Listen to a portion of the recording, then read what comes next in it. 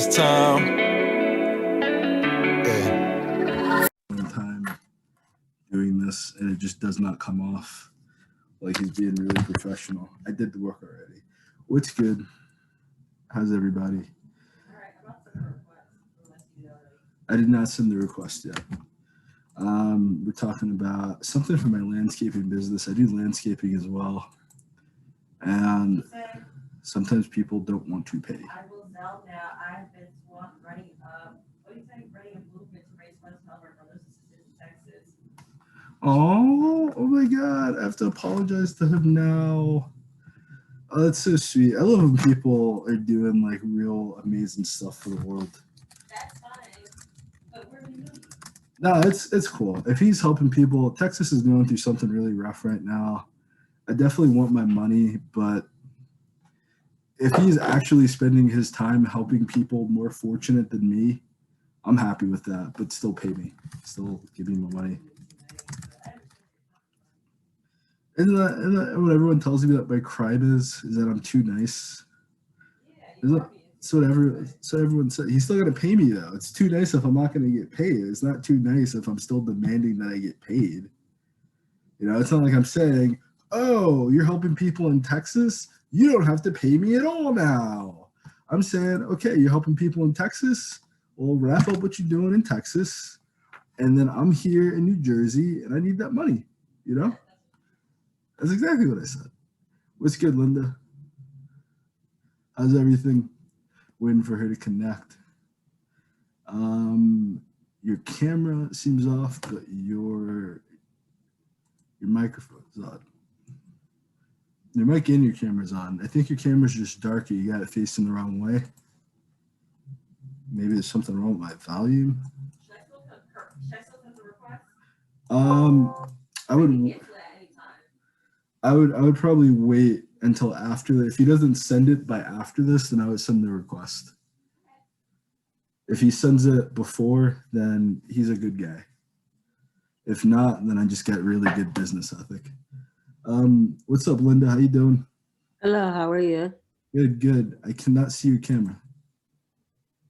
Oh, yeah, I forgot. I covered it because of the government. Let me uncover it. There you go. The government can see inside your camera. So I put a piece of tape on it. There you go. Hello. Hey, how you doing? Arica, how you doing? I am good, thank you. God bless. You look like you just got back from church. You're looking nice. Yes, thank you. Was there a good sermon today? Oh my goodness, yes. What was it about? Pastor preached on quitting is not in my DNA. That's actually something I was thinking about this whole weekend. I like what else did he saying about it? He came from the scripture in Galatians. Yeah. Where Paul was talking to the church of Galatia, and he was telling them that if you faint not, you will reap a harvest. Yeah. And so he was just talking about no matter, if you've been through trauma, no matter what comes your way, no matter what is thrown your way, God's already put inside of you the ability to overcome that thing. You're not a quitter. He's put the non-quit spirit on the inside of you. So you don't get to throw in the towel. You don't get to walk away. He's giving you the ability to keep moving and to keep going. And so, yeah, it was a really good sermon today. That's really powerful. I was thinking about that literally this entire weekend, and it's amazing that was the sermon that you had today. Is that I noticed that the people that achieve great success or they achieve great wealth, they just didn't quit. Whatever failure they had, they learned from it. Whatever setback they had, they found another way to kind of maneuver around it. But whatever it was, that if you got 100 people in line, 50 people quit during the first turmoil, the first time things get hard, you got another 25 quit once they don't have the money to do something, or they don't feel like doing something, they don't have the money. You got a very small percentage of people that make it to the very, very top. And that's exactly what it is. If you don't quit, that is the only way to reap any benefits from what you do. Because as soon as you quit, it's literally, from my experience, whenever I wanted to quit something, I do snow removal. So that's like my focus for now. There was like a giant wall of ice basically, but I wasn't getting paid for this, but I have the company and I do snow removal. So I'm walking to the gas station. I see you can't get to the bus stop. The whole street, no one plowed it. No one shoveled it. There's a wall of ice between the street and between people that have to get on the bus. So I'm sitting there trying to bust through this wall of ice, My body hurts. I'm exhausted at this point. My shoulders hurt. I almost broke my shovel. I started kicking that thing with my foot. I brought the wall down. It was like right when I wanted to quit, I was like, man, you got to put this MMA classes to work. You got to do something with these UFC skills you got. I kicked down the wall of ice. I walked right over. I never felt better. But had I quit and I walked away and went home, I would have never experienced that feeling of accomplishment of tearing down that wall and getting through to the other side. I feel like a lot of people quit way too early and they never really get to experience. You get material benefits when you don't quit, yeah, but it's like the spiritual benefits of it, building the person that you are, building your own character by persisting and by keep going through. I feel like that's something that a lot of people will never be able to enjoy in their life. I think that's why a lot of people try to naysay. A lot of people try to get you to quit something. They try to get you to be on their negative level because they've never experienced that feeling of I wanted to give up so badly and I overcame it, you know? How you doing, Linda? Tired. Were you saving the homeless? Linda feeds the homeless. She does a lot of volunteer work. I just got back in 1 o'clock this morning from God bless it. station. God bless it. God bless it. And then I was out there chipping away at the ice because they put all the snow back in my driveway and I couldn't get my car out. So yeah, I'm tired. I'm like, it's gonna snow one more time on March 2nd. I'm tired of it already. oh, but isn't it gonna snow tomorrow or tomorrow's just light? Tomorrow it's supposed to, I was looking at the weather report for the week. It's supposed to be like slushy because we're in Jersey. I think Arica's down south, but up here in I'm Jersey. in Colorado. Oh, That's snow over there too. I think you told me that before, and I told you I had to visit you then. I'm telling you now, I might have to come visit Colorado. I got that good legalized out there, so I can't. Yes. The original state to start it off. Word. Colorado gets pretty bad snow too, though, doesn't it? That's a misconception. Yeah. Really? Like if I went out it snowed last night, it's gone. It's 40 degrees today. So already. What people forget is we have the mountains. So the way that Denver, where I live, way that is set up is you got the mountains and it's like a big, huge soup bowl, right? Mm-hmm. And we're at the bottom of the soup bowl. So if it don't get over the mountains, it can't get to y'all. Or we'll get very little. So when you see them massive snow blizzards and they would talk about 12 feet of snow, that's them people that's high up. Oh man. That's getting hit like that. Now, if the weather happens to come in southwest, then that's when we get the blizzard conditions. But unlike New York, y'all have snow and it's there the whole winter. Like I said, if I took you outside right now, you'd be mad because our snow is gone. Sun came out, it's gone. If you took me outside and there was no snow where you at, last thing I was gonna be is not. I mean, it's like, yeah. So that's like we can have a blizzard and the snow be gone in like 2 days. So it stays in the mountains, but it doesn't stay with us in the city like it does you guys. We still got the same snow from 2 weeks ago. Yeah, same. I know because I shoveled it. It's still there, staring at me. So. All right, let's refocus and re-switch. We didn't come here to talk about snow. Even though I think you do high key, I think you are published by Author Snow. If I'm correct. That's pretty wavy. I had to make that connection real quick. But we're all authors here, you know? I'm an author. I got about 7 books out. You have many books out, Arica. And Linda, this year, I'm working with her, but I also want her to do everything herself because that's just the type of person I am. I'm sorry, Linda. So I don't want to charge you. So if I don't charge you, you got to do all the work. I can mentor you and I can hold your hand, but I think being self-published isn't that hard. But working with a publisher, what is it that being with a publisher gives you that you feel like you can't do? I'm not like that you necessarily can't do on your own, but what are the added benefits that you feel working with a publisher? Well, so I work with author Synovia and Alexander, author Snow, and she does ebook. Yeah. And so all of my books are in with her in ebook format, but then I'm able to take that and turn it into print for myself and sell them in print. The thing that I love about working with her, and I can't say everybody has this experience, but one, I don't have to self-edit my books. I mean, I do, before I send them in. I do not send in just I just junk. watched I this don't last do night. that. It was good, y'all. Right? I don't do just that. But but she has an editing team that goes through and edits my book and makes those additional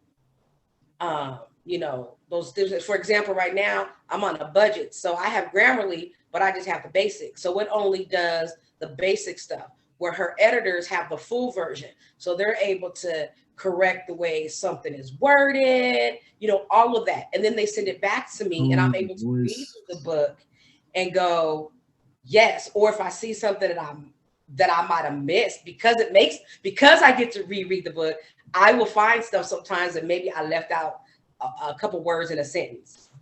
And so I can fix it and then I send it back. So that's the one thing that I love about it. The second thing about it is that the CEO, the amazing Michael Horn, does all my covers, and my covers are always phenomenal. And so that's the other benefit. I don't have to try to create my own covers, and I don't have to go pay somebody else to do it. It's part of being a part of that publishing company.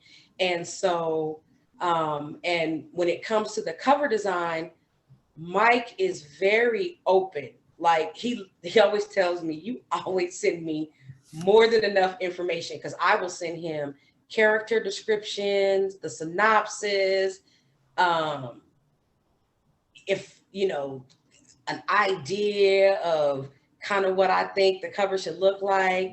And then he's able to take all that I give him and just, art. man, I mean, every cover he has ever done for me has popped. Every time he sends me a cover, I'm like, I'm marrying you, your girlfriend, your cat, your dog. Who else I got to marry? Because he just always does a phenomenal job. So for me, and then the other thing is with Synovia, she is a teacher as well. So you don't just write a book. She gives you tools to help you. She will do little group sessions where she'll talk about, certain things of how to lay your book out, how to write it. When you get stuck, you can call on her. Like I'm working on my next book and I got stuck with how to transition from one place to the other, and I sent it to her and we did a video call and she just gave me like a wealth of ideas that kind of unlocked my brain, and I was able. So I can't say that all publishers are like that, but with her, that's who she is. She wants you to be successful. She's been in the writing game for forever. She got over I think 40 something books. So she's been on the author end for a long time. So she knows, she keeps her ear to the ground too. That's the other thing. She keeps her ear to the ground and she'll come in the group and be like, yo, this is what's selling right now. Y'all need to write a story that's popping like this. You know what I'm saying? Or different things like that. And so she always keeps us abreast to what's happening. and what's going on and what we need to do to better ourselves and things like that. So that's why I love being with her. And like I said, it's just the ebook side. But what that does is when I do the ebook and it's all good and done, it's very easy just to transfer that right on over to the print side for myself.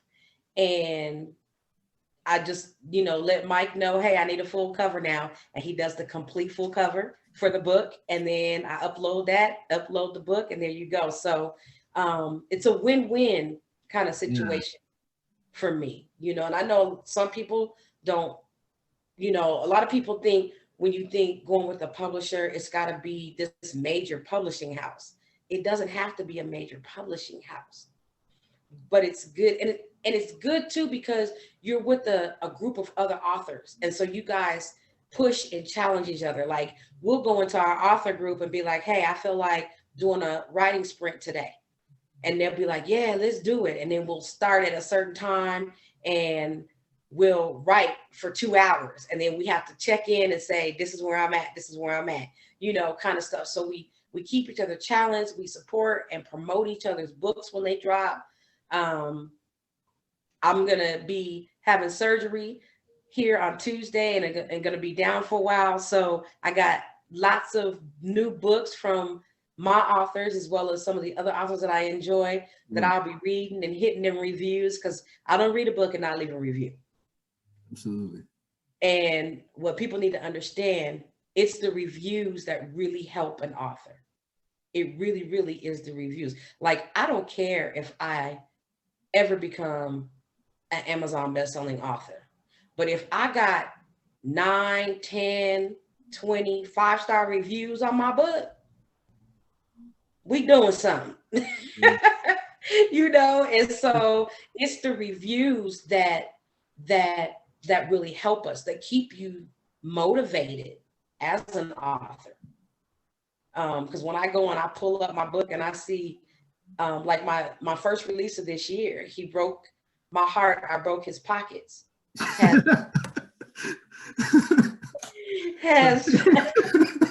That's the book I met you with.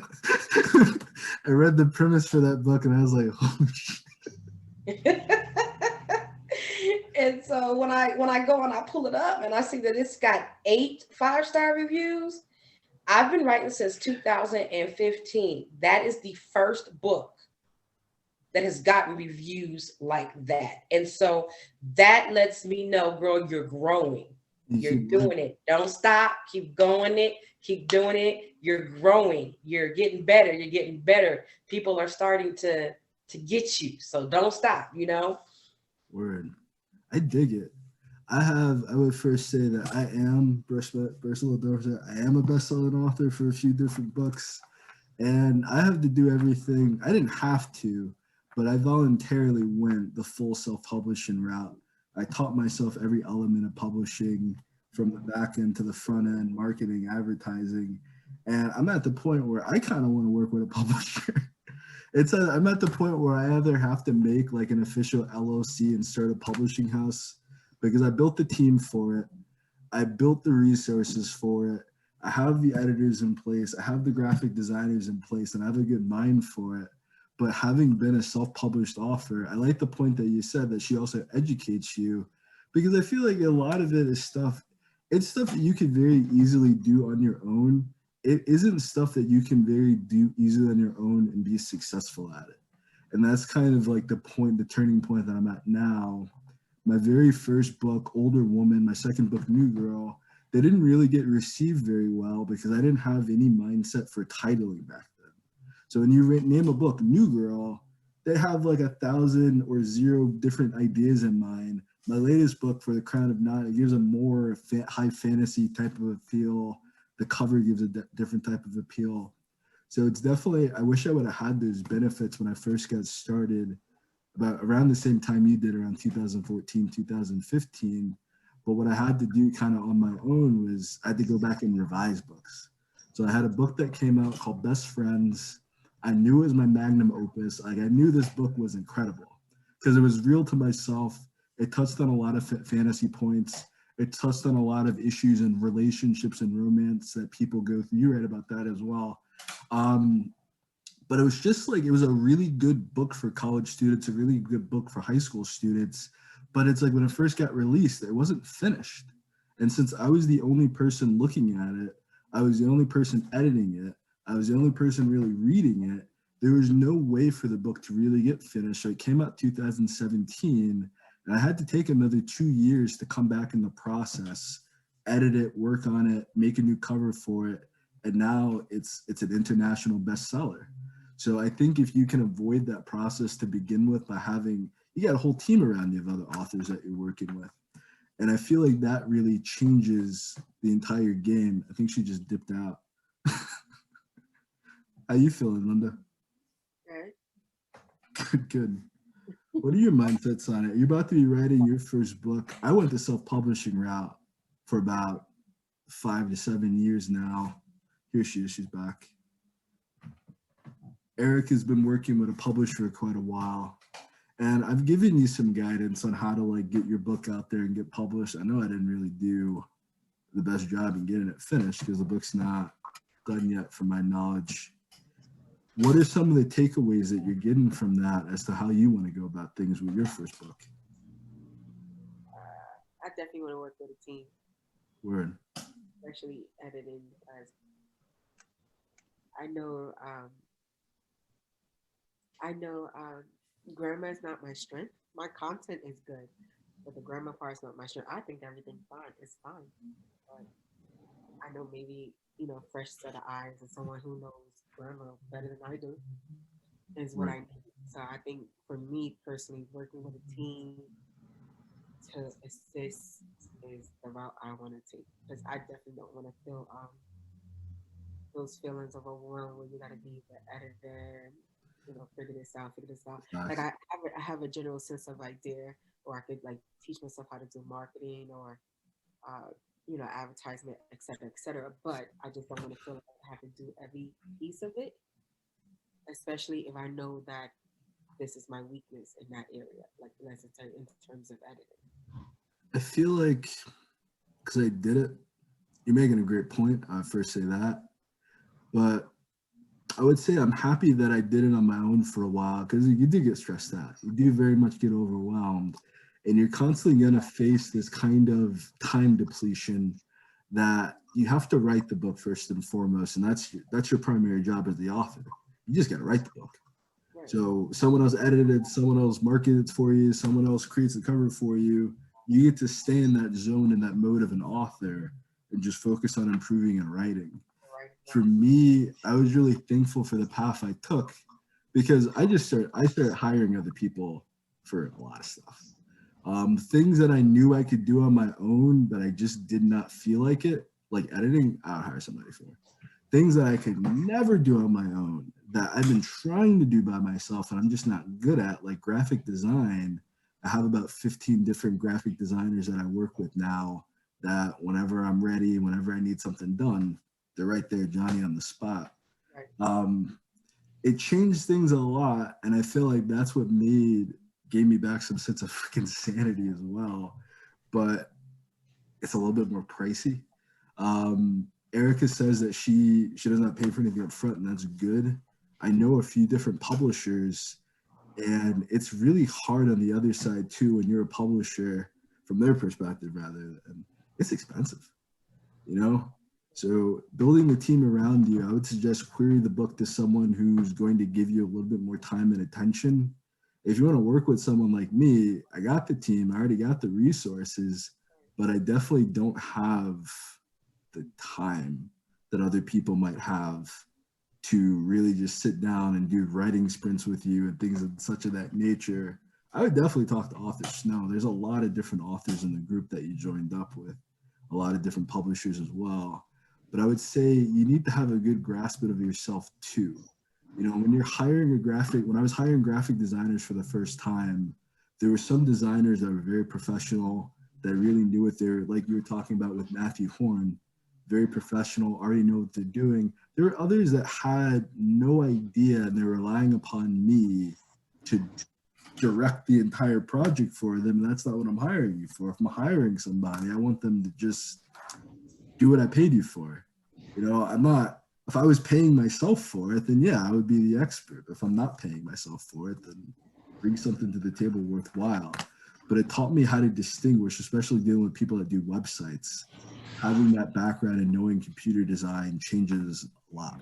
You know what you're looking for. You also know how long it takes for projects to get done. You know what the kind of stuff that you're looking for a little differently. But still, I've reached a point where it's like, I want to query some books. I would like to work with Penguin. I would like to work with HarperCollins, because you don't need a giant publishing company with you, but it does. I feel like there's one person that was talking to me about when she started her publishing company. She introduced her books to a few friends, and they just dropped the book immediately and said, I don't read self-published books. When someone sees that it's you or it's a vanity press that's like making the book for you, they don't read it. When they see a more official title or more official publishing company working with you, when they see HarperCollins, when they see the Penguin, when they see that you won some awards for it, it changes things. But I feel like it also locks you back in a box, because with some of those publishing companies, they don't do your marketing for you. So you still end up at the very same point of needing to advertise by yourself, needing to promote yourself, needing to market yourself. And then for me, it's like, if you're just going to do the cover and get me an editor, I already know about 4 or 5 other, there's a lot of editors out there that I can just hire and get things done. So that was my mentality on it. I just knew that I had the mindset that I could do things by myself. I did not want too many people messing with my books before they were released. So I just did the self thing for a while, and I learned everything.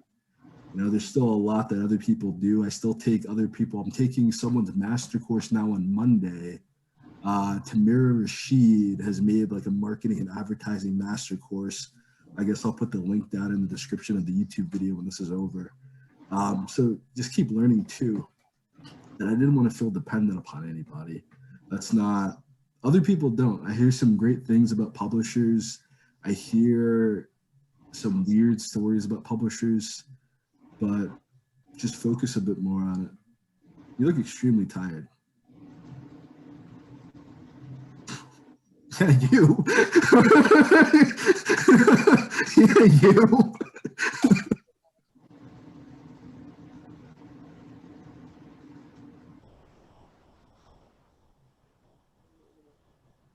I can't hear you.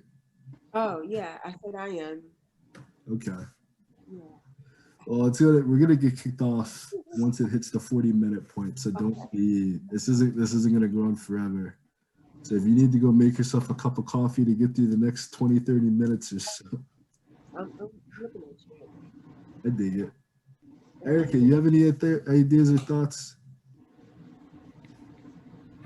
As far as Anything, the publishing process, your experiences with publishers.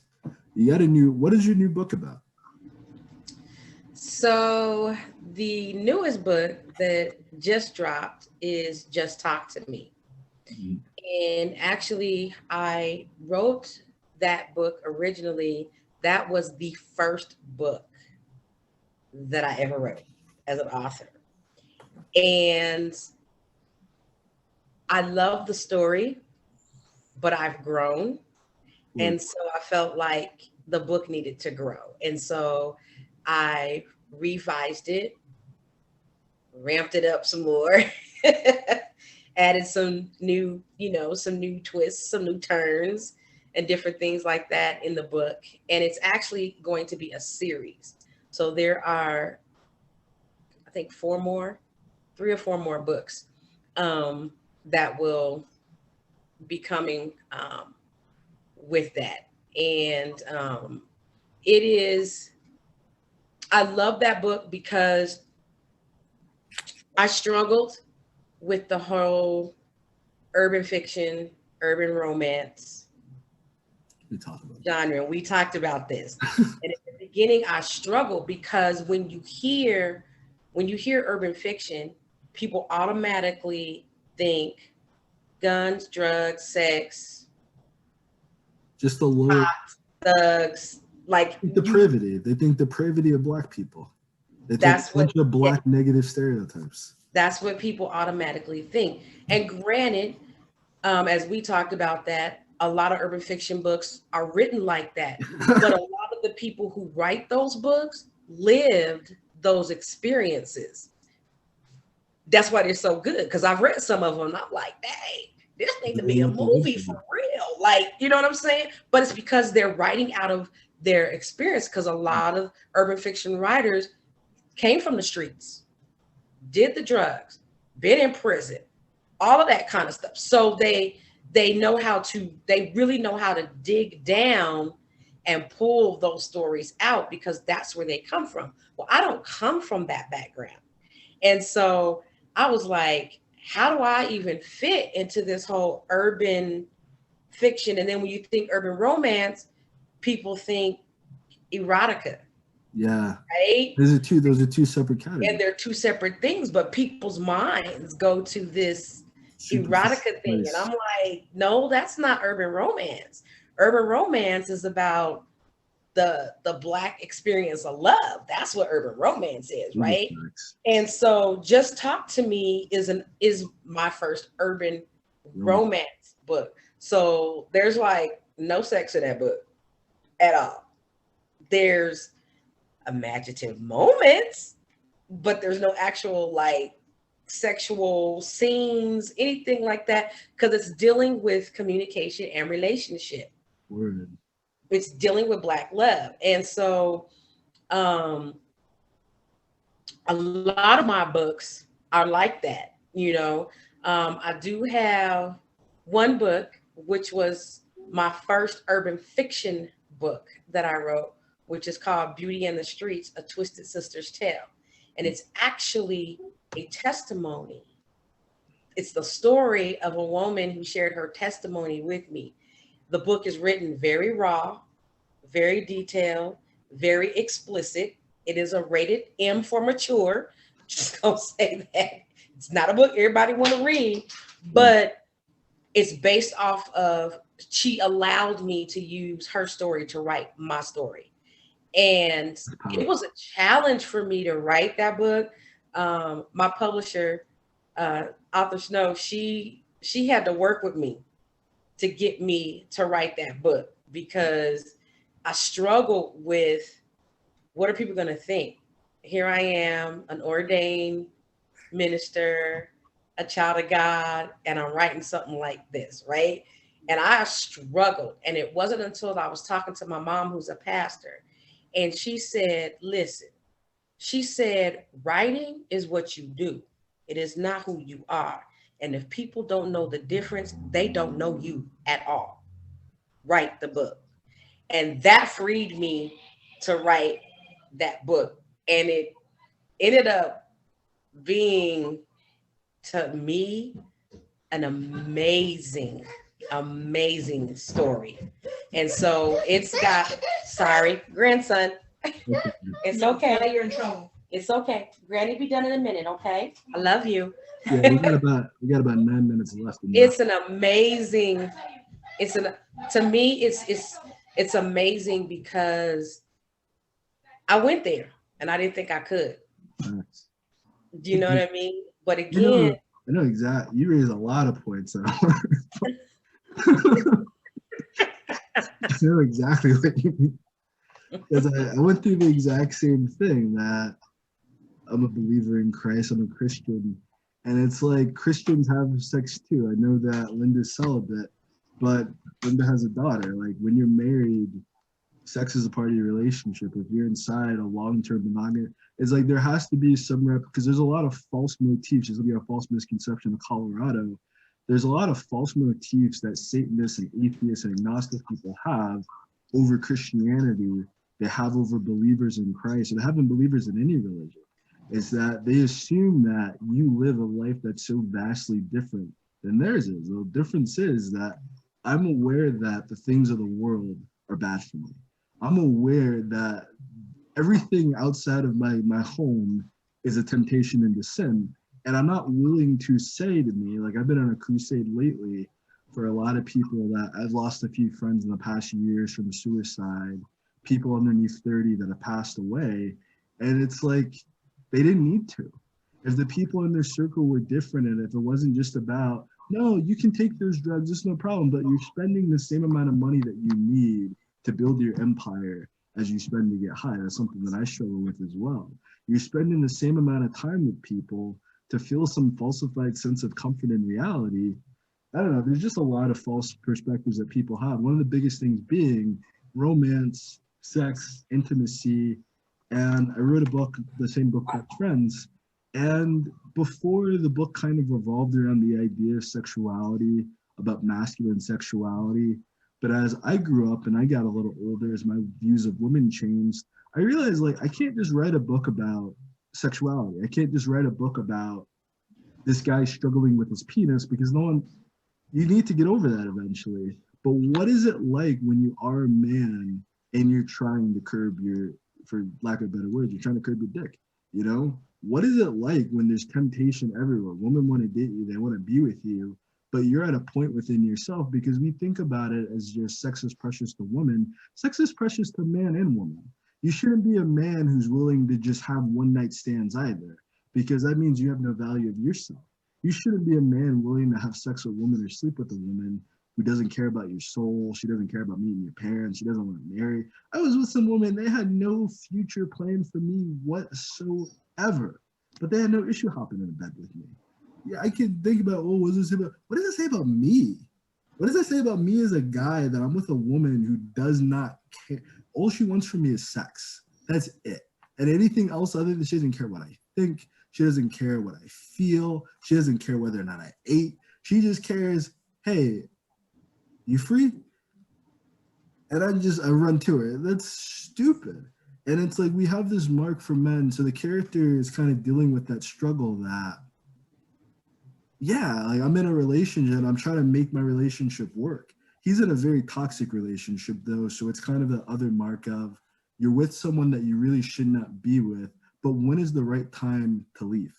Because that's something that someone asked today. They tagged me in something asking about domestic violence and when do they leave the relationship. If he's physically killing you, if you fear for your life, you need to call the cops on him, you need to leave. If you guys are arguing all the time and that reaches a point where both of you are putting your hands on each other, you two need therapy first. You two both need to go to counseling. You both need to go to therapy. You guys need to go to individual counseling. You guys also need to go to couples counseling. You guys need to figure out what the hell happened in your childhood, whatever the hell happened with your parents. You don't got to be responsible for fixing each other, because if your life's in, well, I'm getting to a lot of different points at once, I'm sorry. But just basically that perspective of, from a man's perspective of love, a man's perspective of romance, how do I deal with that?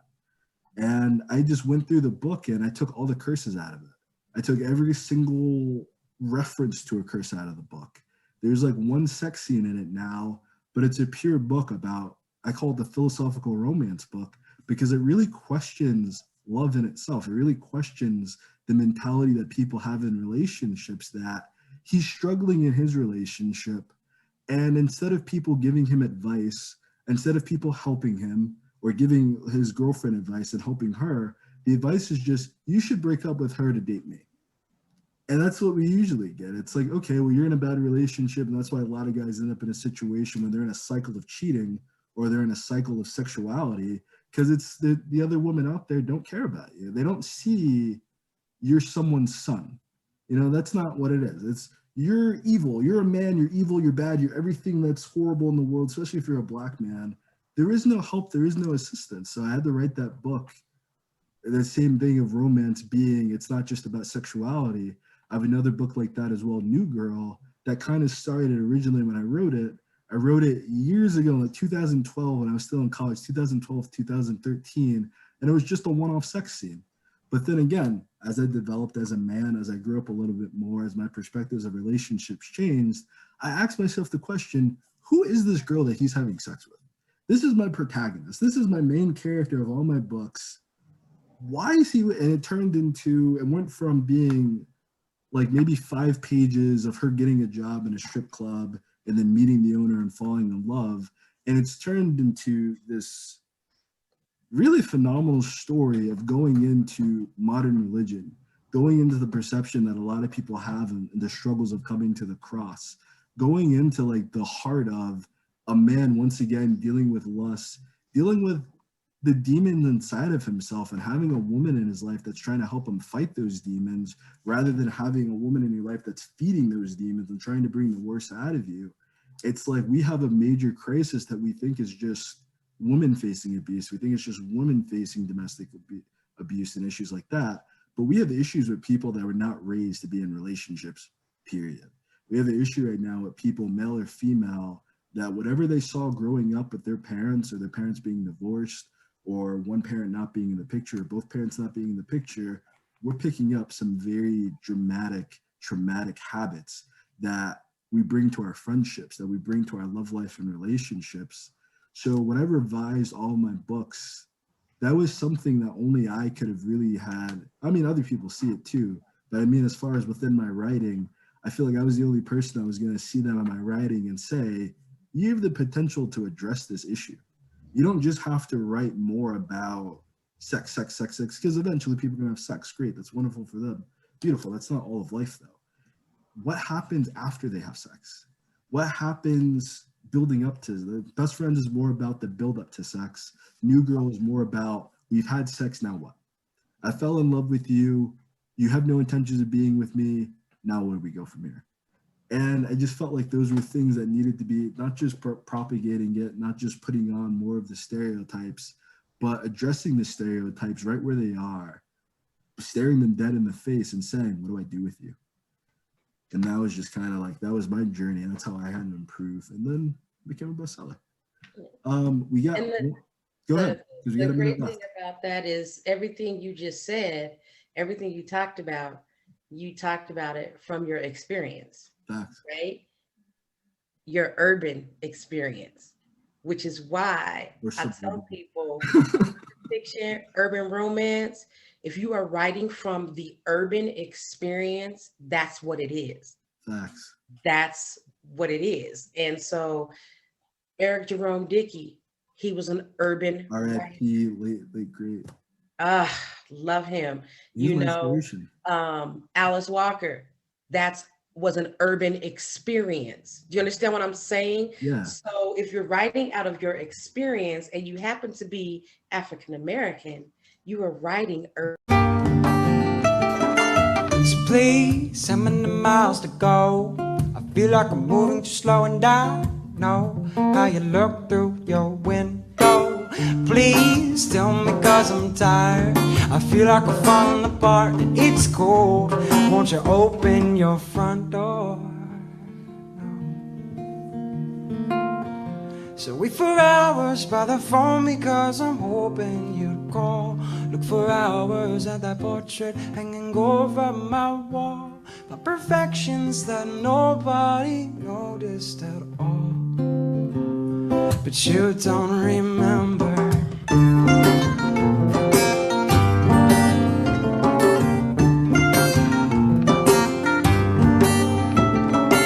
So please tell me how it feels inside as I look up towards your window. Please don't panic, I'm over the phone. Connections were lost in the storm and I can help you. Won't you help me dry those eyes? So wait for hours by the phone because I'm hoping you'd call. Look for hours at that portrait hanging over my wall. My perfections that nobody noticed at all. But you don't remember my name. Oh, no. Oh, no, no, no, no,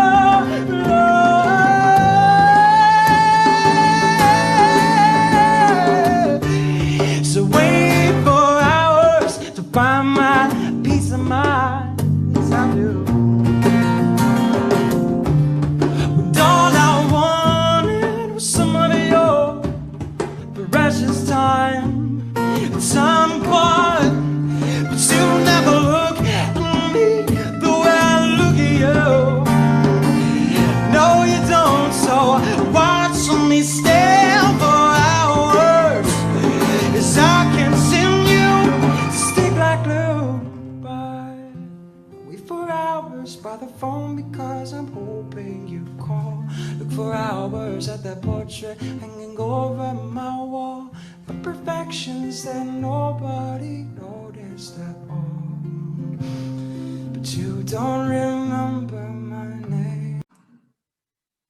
All right, I just wanted to wrap things up.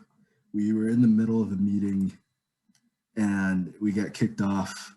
I just wanted to real quick give Arica and give, sorry about that.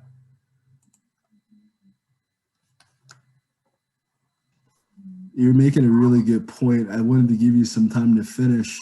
StreamYard too, because Zoom just, I'm either going to have to start investing in Zoom or I'm going to have to find a different service to use because it just kicks you off. StreamYard. I use StreamYard. Word. Because there's no time limit. Facts. And I like StreamYard. You just send people the link and they come in, you bring them on camera, just like you do with Zoom. The other thing with StreamYard is you can, like when I go, you can go live with StreamYard. And so I can go live on my YouTube, on my personal page, and whichever page I'm doing the talk from. So my author page or my Queen to Queen page. And so that's what I invest in, is in StreamYard. I need a service because StreamYard usually does everything live. I'm not sure if you can just record.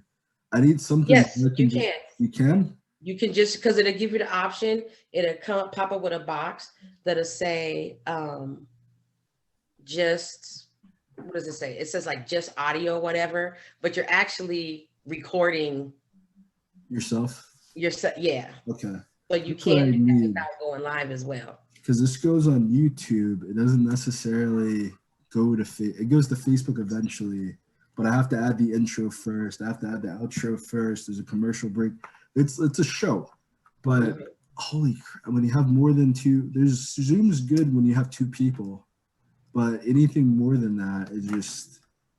So I wanted to give you some time to finish because you were making a really great point, and I didn't want to lose the audio for that. So as I was saying, when you're African American and you're writing, thank you for coming back. Out of the urban experience, because that's who you are. So I was saying that, the great late Dr. Reverend Eric Jerome Dickey, rest in peace. He was an urban writer. He was an urban writer. Alice Walker, Color Purple, that was an urban experience. Do you understand what I'm saying? Toni Morrison, urban experiences. I got beloved. And even, Zane. Yeah, that's a major one. She does a lot of erotica stuff, but it's still urban experience. We all know Sister Soldier, urban experience. And so I had to come to an understanding that when I hear urban fiction, when I hear urban romance, it's not always sex, guns, drugs, prison, killing, and all of that stuff. You're writing out of your experience. So what is my experience was, I come from a trauma background. That's why I started writing. Writing was a way for me to begin to heal as I began to unravel the sexual abuse that happened to me as a child. And I used writing as a way. So Just Talk to Me, my characters are me and some of my friends and our retarded relationships and trying to learn how to understand this relationship and this communication thing, right? But that's my urban experience. And so that's what I feel that people need to understand is urban fiction does not mean what people perceive it to be. There's a lot of urban fiction writers out there. Urban fantasy is the new one that's coming up. That's where a lot of people are doing urban fantasy and urban paranormal writing, but they're writing using the African American experience, You know what I'm saying? And so, like one of my pen sisters, Yanni Michaels, her book she just dropped, it's a fantasy book, and the book is hot. Oh my God. I started reading it last night, and I'm like, come on, Disney. Here's your next fantasy book right here, like for real, like, and stuff. And so that's the other thing that I think I like about being with Snovia and Snow Publishing is there is a plethora of different writing styles Word. that come out, but we're all writing from the urban experience, our understanding as From Black experience. Exactly. I think that's like my major. I think that's what I said too. That was like my main issue with the title urban fiction, is that it just seems that throughout American history, Black people struggle, African American people struggle to kind of identify ourselves. I don't feel like we came up with the title urban fiction because everything that they utilize for urban refers to Black. I grew up in the suburbs. I don't think I've ever lived in a city before. I don't think in my entire lifetime I've ever lived inside a city. I've lived in a slightly urban environment, but I lived in a suburban section of Newark, New Jersey. I wasn't living on Broad and Market. I was living in West End. So I don't know. That's my only issue with it is the title urban. It's not any of the stuff that's in it. It's none of the context in it. I just wish that we had our own category that implicit more in that, because you got a lot of Black people living down south in the country. You got a lot of people living, I guess, in the mountains or living in suburban areas like I did. And it's like, I struggled for a long time with my success because I didn't really have a genre that, just like in lifetime, I'm only 27 now, but I can say for about 20 of those 27 years, I struggled with this sense of identity, with just feeling that sense of acceptance. Because when you're from the suburbs, you don't have that experience. People struggle to accept you as being Black. People struggle to accept you as being African American. I feel like that's just a larger issue of our trauma living as American citizens rather than having an African identity or a Pan-African identity. But whatever, there's a lot of different shades of Black. There's a lot of different cultures of Black. There's a lot of different Black people living at different economic levels. I just never liked that our experience. I don't like that anything that we go through in this country is encapsulated with the term intercity, anything Black. You think urban and you think Black, where Black people are everywhere. We're in every stage of the game. I even did research lately. Most Black people aren't even poor. It's a very small percentage of Black people who don't have money. So it's like, I just feel like it adds on, not that the books themselves or the authors themselves, because it brings me back to an idea that I found recently, and I guess this will be my last point, and then I'll let Linda get her final, if you guys want to respond to it, you can respond to it as well. But is that I spent a lot of that time living in the world that I wanted to live in. I wasn't necessarily preparing myself to live in the world I was living in.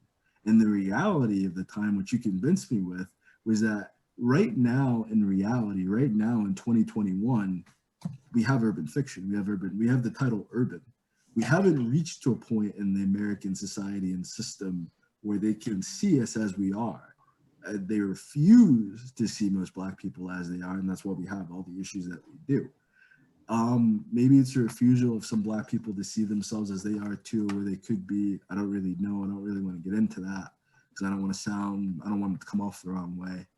But my only issue with it had always been, throughout my entire life, they encapsulate the African and Black experience to being poor, living in the ghetto on welfare, where I knew some people living in Newark, but they live pretty decent lives. I know some people living and they have issues with a parent being home, but they had issues with their parents being together. They don't really have a father that's just gone. They have a father that is not with their mother. It's just the reality of what we go through, I feel like doesn't really get spotlight. I feel like what really gets spotlight is the stereotype. It's the narrative. I know some people do go through, I have a lot of cousins and a lot of family members that go through those situations, that have been in gangs, that have been dealing with drugs and stuff like that. But it's such a small like a small portion, their fathers as well, you know, their mothers as well. You know, when they're raising their kids and they're taking care of their kids, they're not taking care of their kids in this sense of a drug den. You know, it's a very mundane experience sometimes selling weed out of your living room, you know. It's not all that people make it out to be. I don't know. I just felt like, and I wish that the perception and the experience that's given light, even in our movies, even in our TV shows, they don't have shows geared towards Black middle class people living. I guess they have Blackish now to some extent, but it's like, I just feel like there's a blockage in America's perception of Black people that causes a lot more blockage, and it causes a lot more freedom and liberty to express being African, to express being Hebrew or Muslim or Christian or whatever it is. It's like we're being dominated by this perception that is not controlled by Black people. It feels like sometimes that the Black narrative is not controlled by the Black man or the Black woman. It's controlled, just like you said with Disney. You're still at the end of the day, I heard that Nickelodeon picked up Black Sands. You're still at the end of the day going to have to go through some process of a white person editing. And that's why I didn't want a publisher, because I didn't realize there were Black publishers back then I could have worked with. But I felt like I was always going to have to deal with some white person editing my experience and my life, my real life experience as a Black man. I was going to have to deal with some Black dude or some Black woman that grew up in situations that are more akin to socioeconomic struggle than it has anything to do with their skin color, attempting to edit my experience as a Black man. And that's just one of the things with urban fantasy, urban fiction, that it had nothing to do with the books themselves. I just did not want to be categorized or marginalized or withholden into some kind of box, thinking that I have to be from a city and I have to be struggling with poverty to be Black, when those three things have nothing to do with each other. You can live in a city and be very wealthy. You can struggle with poverty, and I have friends that are white that struggle with poverty. You can be Black and you can be a millionaire. You know, I just felt like there was so much of a limitation on it until I met you and I got to speak with you. That like I had struggles just identifying myself as that, because it's like I'm not urban, I'm suburban. You know, I didn't grow up there. My family before that's from the country. So I'm like rural suburban. I don't have a city experience. I've never dealt with any, and I've been ridiculed for it my entire life. But it's like, you should be happy to have someone like me, because I kill all your any stereotype you put in front of me. I kill that shit. So my son just woke up. So if you guys got any final thoughts, I'm about to have that grandson experience too. What's up, Mason? He's watching TV. He's watching Sesame Street. If you guys got any final thoughts, if you got anything you want to respond with, I'm gonna let you guys go back and enjoy your family. Anything from you, Arica? Well, thank you for having me on and let me be a part of what you're doing and connecting. And hello, handsome. Say hi. He's like, I didn't know you were doing something over here. He's like, I didn't know you were talking to people. They're doing everything. But yeah, just thank you again for having me be a part of this. I really enjoyed it, and just looking forward to all of us as authors continuing to drop those books. My goal is to drop a book every month this year. That's my goal I set for myself. So that's what I'm working towards. You can do it. You can definitely do it. How about you, Linda? Any final thoughts? Learned anything? I just want to say thank you as well. It was very informative and beneficial in terms of working with a publishing or working with other, to get your book out or just doing it yourself. But I did have a question or a thought, because you're a minister, Arica, Mm-hmm. and you was talking about your book. I did wanted to say something, or just, I don't know if I should say it here or just on the side. if you two want to network with each other afterwards, I mean, you got time if you want to say it now. No, I was gonna say it was just about what you were saying. Like, yes, I'm practicing celibacy, as you know, but I this, you know, I am a Christian as well. So I think about I take my stance, I take my issue with God. But I also think, okay, when you were talking about the guy, I never heard of a guy saying that how he has to deal with those things you had to deal with in your book. I deal with a hardcore. I was thinking, how do you deal? Piece of meat. Yes, I was thinking, I'm sorry, I didn't mean to cut you off. how do you deal with walking in purity? For me, how do you deal with walking in purity? And it's not really because I don't want to do it. I do want to do it, but I know I'm not supposed to do it because I'm not married. But if you never get married, then what? You're not supposed to do what God created for us to do? That's not fair. So I take my issue with God. You see what I'm saying? I think Arica is going to have a much different perspective on this. Yeah, like, because I know what the Bible says. I'm a believer. I read the Bible, but I was like, I have an issue with God. We're not supposed to have sex until marriage, but if you didn't present them, and I've been waiting all this time, and I'm getting older, how come I can't enjoy what you created in the context of marriage? And the only reason why I want to get married is so I won't feel shame and guilt for doing it outside of marriage. Even though I already done it, but you know what I'm saying? I've been practicing celibacy for the past 4 years, so it's driving me crazy. That's hard. Suppressing this all together. So I don't know, just over it. I guess I'll respond first, and I'll save the best for last. Let the actual minister finish us off with this. I'd say from a male perspective, just from my own, I took about a year off from dating, from dealing with people in general. And I don't know, I was able to do it first and foremost because I realized that most of these people don't want anything from me. That was really just the most convincing thing for me. The number one thing was that for a man to date, for a man to marry, for a man, we have to jump through so many hoops. We have to accomplish so much that at the end of the day, you can still get left over. So I just spent more time with myself. I spent more time focusing on building my world. And for me personally, that was building my inner man. I knew I could have always had the opportunity to make a lot of money. I would always have the opportunity if I did break up or something to whatever. I would never have the opportunity again to get to know myself as who I really was as a human being if I kept dating like I was. Because it wasn't like I was in one relationship and it was over and I was dating multiple people at the same time. It was a whole different type of mindset. I had multiple different partners in the same week, so it was just, for me to give it up wasn't that big of a thing because I already had it. I realized that it wasn't for nothing.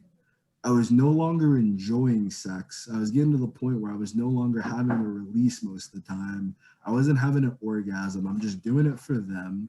They don't give a shit about me. And then I'm seeing all these other people have kids. I have a son now, but I have a son with a woman that I've been friends with for about 11 years now. We've known each other since high school. We built a long relationship outside of sex, outside of just romance. We got to know each other as people. So it's like having a person like that in my corner, checking up on me, dealing with me, wanting to see me become my best self. I didn't have an issue really waiting for her after I took that time to stop sinning and to stop being a gigolo, basically, because at that certain point in time, it's like, if I continue on what I'm doing now, I'm going to catch an STD. I'm going to be stuck on child support for the rest of my life. Right. Die. I might mess with the wrong person, make them angry. And now I got somebody else hunting me down. There was one girl, I had no idea that she had a boyfriend. I could have this dude knocking on my door, dealing with me some type of way, or I have to deal with him some type of way. I spend the rest of my life in jail. I felt like once I realized the real life consequences of it, the benefit of sex didn't mean anything anymore. Right. So like Marcus Aurelius says, it's a spurt of mucus. You're getting, people go through, again, domestic violence for good sex, and that's not the wave. But men get emotionally and mentally abused just to have a woman in their life. Like once I started realizing the real life consequences of being in the wrong relationship, waiting for the right person, and more than anything, becoming the right person myself was the biggest thing. So I feel like if I didn't have the prior experience of being treated like a piece of meat, I wouldn't have gotten the self-respect to say, you know, I deserve better than this. I don't need to just be known for my entire issue. Then I was a wrestler, so it's like I don't feel like anyone appreciated me for anything other than what I could do for them physically. It was either, oh, you're handsome, I want to be with you. Oh, you have a lot of money, I want to be with you. Oh, you're really muscular, I want to be with you. Oh, I hear you're really good at sex, I want to be with. It was never, you know what, Derek Lomar Shabazz, you're a great man. It's not, you know what, I really respect your beliefs. It was like, you know what, you have a really strong relationship with God, and I want to get. It was never, they never gave a shit about any of that. And I can tell you, with men, it's even worse. Because it's like I was a step above most men in itself, because I don't buy into the red pill or blue pill philosophy. I'm a gold pill male. I want to build a better future. I want to leave the world better. I'm not just in it for my selfish ambitions and selfish desires. And you're going to face a lot of men that will be with you no matter how bad you are, no matter what you do with them, just because they want a woman in their life. And you have other guys that could have a crown jewel on their crown and they never appreciate it because they look at women like this. They want to look at women the way that they think the way we think we treated women, with the chauvinist, misogynistic, you need to just stay home and be barefoot and pray. They have no real love, appreciation, or respect for women. And once I realized that women were the same way, that made it easy for me to understand why God, wait for someone who cares about you. Wait for someone who cares, yeah. Don't just be with someone, because I don't mean that just, oh, he called me because he missed me and he was horny. And I mean, like, they actually, I had the person that changed everything. I didn't even date this girl. I really wanted to date her because I was stuck in a sexual mindset. But it's like, this is right when I turned 21. I'm 26. I'm 27 now. I just turned 27 in December. I was 21. I just started drinking. And she was a very devout Christian at that time. I was not very devout. I converted over. I wasn't really converted. I've always been Christian my entire life through my parents, but I didn't have Jesus or have God personally reach out and pull me into the fold yet. So I was dealing with her and talking to her. I went out drinking with my friends, and before we go out drinking, she's talking to me and going like, oh, I hope that you're safe. Drink a lot of water. Make sure you call me when you get back home. And I'm like, I've never had a woman ever give a shit about me. Like, I've never had a girl say that to me. I got back the next day. I was drunk. I told her that I felt drunk. We were making breakfast and pancakes. She's like, oh, it's great. I wish I could call me. She was just so sweet. She was just so innocent. And I'm just like, I've lost that. Like, I've lost that in myself. So I think my experiences just made it easier for me, because I had a really terrible experience. I had a terrible experience dating. I had a terrible experience having sex. And it's like the idea and concept of marriage made a lot more sense as I got older, because I was dealing with the polar opposite. I was dealing with basically a lot of people do. They go through hell, they go through sin, they go through tribulation, and then they want to turn over to God because they know what darkness is like. And that's basically what it was for me. I got to see what my sister deals with a lot of issues with her father, the fathers of her kids, that they're two fucking deadbeats. You know, and I didn't want to be a fucking deadbeat. I didn't want a woman going through that situation over me. So it's like my personal experiences, my mother's divorce from my father, the relationship, and now my father's 60 saying, I just want my wife back. I just want my wife back. I had my personal experiences. I had experiences of people around me that made me understand this is for everything that a lot of people have issues with God. This is exactly why God set it up this way. And I think if someone doesn't have those vastly negative experiences, sorry, it's my kid, vastly negative experiences like I did, it's hard to understand, why is God making me wait? Why don't I have a partner? Why can't I have sex? But at the end of the day, you can find sex tonight if you really wanted to. But afterwards, what are you going to get out of it? You know? What is he really gonna be able to offer you if he's not willing to take care of your daughter, if he's not willing to fix up the repairs in your home? You have a beautiful home. If he can't fix anything in the house, like, great men are out there that can take care of you, but there's honestly there's a lot of dudes that don't know. I wouldn't necessarily say how to be men, but I would say they don't know how to have relationships with women. And I don't know, I had to learn it the hard way. So Arica, you can take the floor.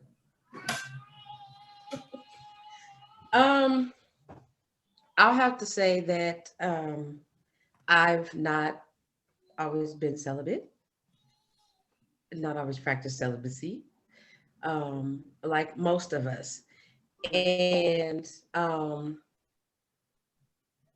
it's really a personal, it's really a personal struggle, if that makes sense, because everyone struggles with that differently. You know what I'm saying? I mean, everybody does, all across the board. If you say that you don't struggle with that, you ain't human. Mm. You're not human. I think the thing is though, when it is in God the way He intended for it to be, there is a beauty and a strength and a power that comes with that you don't get outside of, because I mean, I like, sex is good. I mean, I've had it. It's good. Comfortable expressing it, but it's good. You, But I, you know what I'm saying? And so and Sex you feel a certain way, and relationship. and a lot of those things. But when it is outside of it, I look at it like this: really and truly, when it's outside of what He ordained for it to be, there is always going to be some negative downfall. Facts. There's always going to be but I some know negative a lot of downfall. Like you said, either you fall in love with the dude and he don't want to have nothing to do with you. You was just a booty call for him, but now you all caught up and in love and think he's the one, or vice versa, or whatever. Or you get with somebody and you have sex with them, and now they think they own you, but y'all ain't in a relationship. Facts. Right. So when it's outside of what He has truly ordained, even when you're in a long-term relationship, but you're not married and you're being sexual with that person, you still have the moments of, is he having sex with somebody else? Or he has those thoughts. Who else is she having sex with? And y'all may be completely platonic, and it's just what I'm saying, it's just you and that person, and you ain't set, but there's always that question and that's with anything in life, anything you do outside of Him, there is always a clear negative element that's waiting there for you. I mean, even in business, if you are in business but you don't have Him as the head of that business, you find that you have all these unnecessary struggles. But when you're in Him, the struggles may come, but He always gives you a way. Somebody will come and say, let me help you do that's what happened to me. I started my own business in 2020, and I'm still working it, crafting it, getting it to where I wanted to be. But I've had so much help that has come to me. And I don't want to say free help, because to me it wasn't free help. It was freely given, but it was valued help that I received. But it's because I believe He's at the head of what I'm doing. I believe if He wasn't, man, I'd been like, said, forget this, I ain't doing it. right. Forget it. Da, da, da. You know what I'm saying? So I think in every area, in every aspect of our life, when He is not the head, and I'm not saying that I'm perfect. Right. I'm not saying that He is the head. There's a difference between Him being the Savior of your life and being Lord of your life. And I'll be the first one to say He ain't quite Lord of Arica's life yet. Arica's still struggling with that, because there's some things Arica don't want to give up that she got to give up. You know what I'm saying? I'm not perfect, but I'm striving every day to allow Him to be more and more, to become the Lord of my life, not just the Savior of my life. And so in that, all of those things, the sex, the money, do I do this? Do I go here? Do that? All of that goes back to where you are in your relationship with him. You know, and if you and truth be told, I congratulate you. 4 years, I congratulate you. But the enemy is gonna throw it up in your face because that's his job. That's his job. That's what he's supposed to do. He's supposed to, you know what I'm saying? And I get, yeah. And I get it. I want to break it, but I don't want to do it at the cost of what I used when it used to be a stronghold over me. Which is, you're just being meat, but at the end of the day, they don't care about you. They're not thinking about your well-being. They're not trying to date you. So when you spoke about those things, I was like, oh yeah, I was that piece of meat. But I came to the realization, I'm good enough to be meat, but I'm not good enough to be a girlfriend or a wife. So it was like, so I just stopped it all together and just like, God, I give it to you. You know I like to do it. You know I'm struggling, and I'm just gonna give this part to you. But it takes a lot of self-control and a lot of suppressing. But it is a legitimate need. I just don't want to get it illegitimately. That's all. Two things. One, I love that this conversation just went full circle. So I don't know if you were here for the first couple of minutes in the conversation where Arica was talking about the sermon of the day being not to quit and how you don't have the spirit to quit. And we talked about that. Now we're talking about, that's amazing. I would say another thing too, just an anecdote about what you just said, is that sex is a lot different when someone loves you. It's like you're going to face issues, especially if you're not married. I deal with that now. When you get married, maybe when we make this decision, like we got a lot of things to work out before we are together for the rest of our life.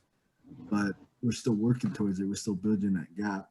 Sex is a lot different. A relationship is a lot different when you love somebody versus tolerating somebody versus using somebody versus someone's manipulating you to be with them. I've been in all types of relationship with people and women, and romantic, I'm not just talking about romantic, but also friendships, those kind of relationships. Everything that Arica said is completely true.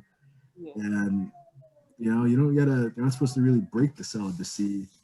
This is supposed to guide you to finding someone who's like you. You know, don't look for the people that you found before.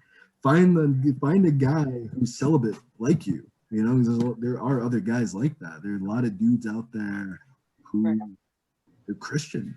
They're strong Christian men in the faith who aren't just going to treat you that way. I think sometimes people feel like they're not the most attractive, but I don't really feel like they really give those guys enough of a chance. That if you meet a guy at a library, look for that. There's like this weird perception that people have over nice guys.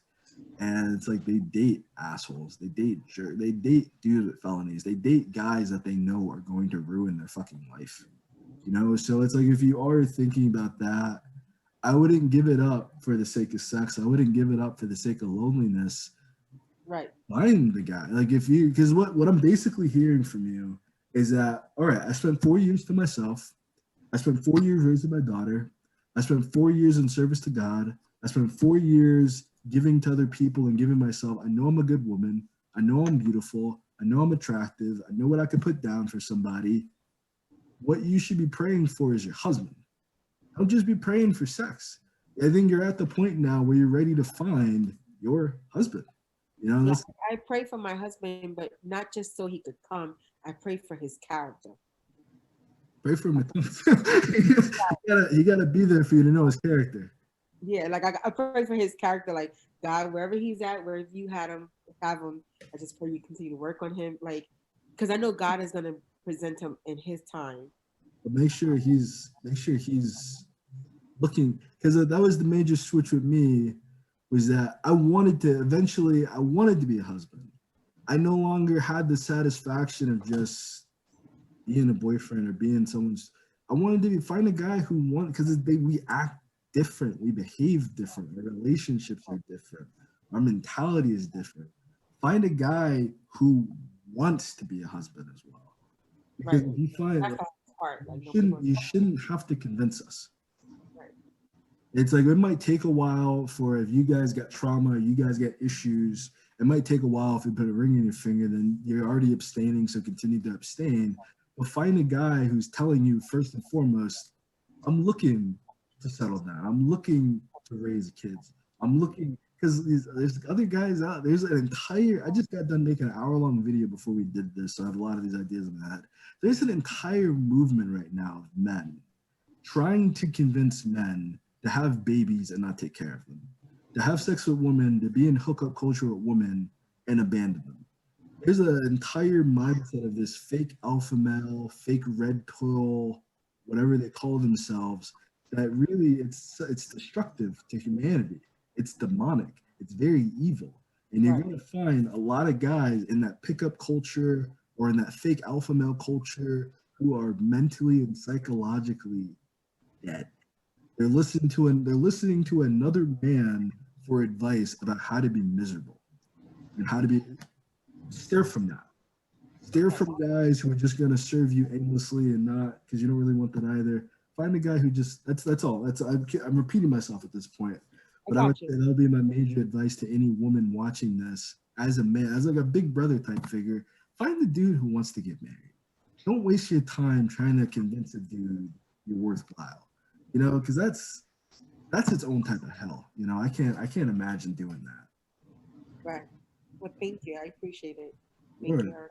I appreciate That's it for. If you got any other ideas, Erica, I am done. I'm ready to. I got to make dinner now. I'm making some late tonight, so I gotta start cooking, or else we ain't gonna eat tonight. All right. Any other thoughts? I'm good. I'm good. And I'm also going to be doing Women's History Month. So if either of you want to come back on for Women's History Month to talk to some other female authors, more than welcome. It's Black History Month, so I'm representing for our people today. Next month, we'll have a greater range of women. And thank you to anyone who joined us today. You two, please share this video with people too. Once you see it pop up on the tag you in it, please make sure that you promote it and market it too, or else no one's going to see this amazing conversation that we had. But other than that, thank you two so much for joining me today. You're welcome. Thank Enjoy you. Sunday. Hope you learned something. I learned a lot from both of you, and I hope I was helpful and I wasn't just being a wolf in the conversation. But thank y'all. I'm about to end it now, so it's just gonna cut off like it did last time. I'm sorry, y'all. All right. Have a good night. Bye bye. Yeah.